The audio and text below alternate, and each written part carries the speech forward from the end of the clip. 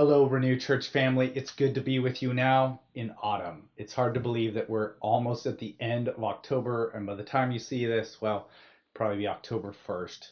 We're gathering in house churches this Sunday, and that's the fourth announcement that I have for you. But the first one is out a week, and that is that on Sunday, October 8th, we begin a whole new session of discipleship classes of all ages, right? Sunday mornings, 9:30, we have classes for all the kids and also our teens and adults together. Now, what's unique in October and November, this new 6-week session, is that the adult and teen class together is on prayer.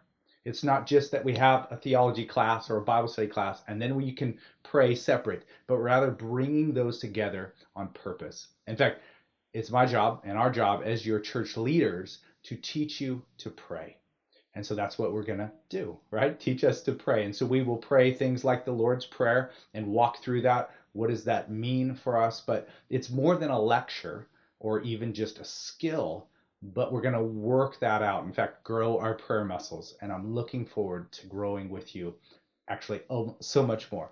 In fact, I'm not going to be the only instructor up for this, which is why you should get excited. And I'm excited because we're going to learn from a whole bunch of people in our church family perspectives and also practices in prayer. We can pray. I want to invite you to sign up. Registration is now live for this. When this comes out in your email, go ahead and sign up.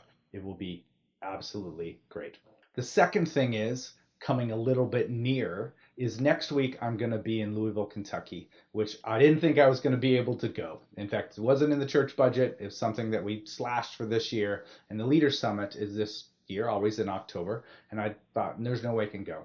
Well, 3 other churches in the Harbor Network, 3 that have joined since us, came together and said, Jeff, we really want you to go. We want you to go with us. So I'm flying out with Table Community on Monday morning as they all go. I'm staying with Grace Church in Dallas, well, in Louisville, but that group there, as well as Peace Bible Church. In fact, that is the third announcement, is that Peace Bible Church this Sunday is their first public gathering. Salem, Oregon, the city of peace, that's what Salem means, gathering at 10 a.m. at the Boys and Girls Club. In fact, it was so great to, with Kari and our kids, be there for their covenanting gathering, their time where they said, hey, we're no longer just talking about being a church plant or studying this, whatever, but we're going to all agree together in a similar way than we do as we become members of Renew Church. They all agreed together. So 42 new members said, let's do this.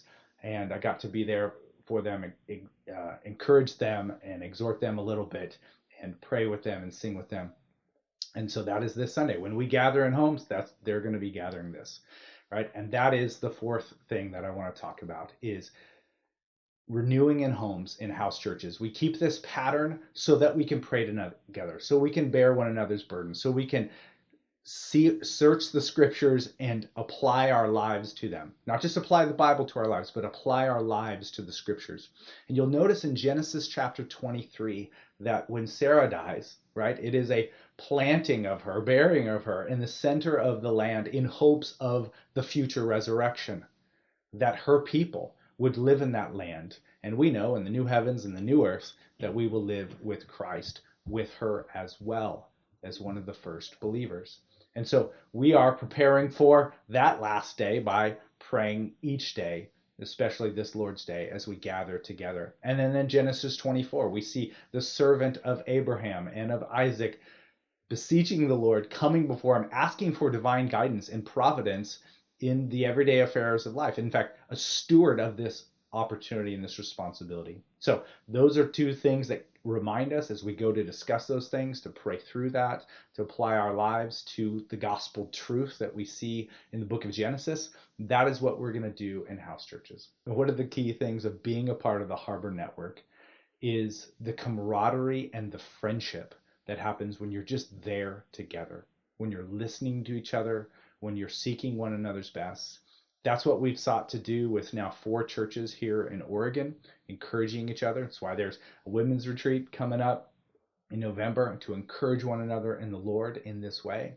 It's why the theme for this Leader Summit in Louisville, what I'll come back and report back to you, is in church as it is in heaven. right? The things that are dearest to God's heart, how can we enact those and practice those and live into those, lean into those here in our city, here in our communities, here in our church family especially. So church family, it's good to get a little update with you. I'm sharing these quick updates as we begin. And the last update, I guess I've had four, here's the fifth, is that each Sunday from the 8th, 15th, and 22nd this month, we're going to introduce new church members to you.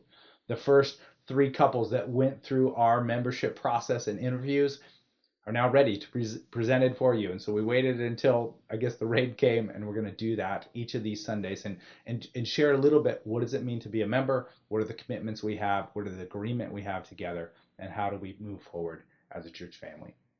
We hope to see you in homes this Sunday and the following Sunday in class and our worship gathering. See you soon.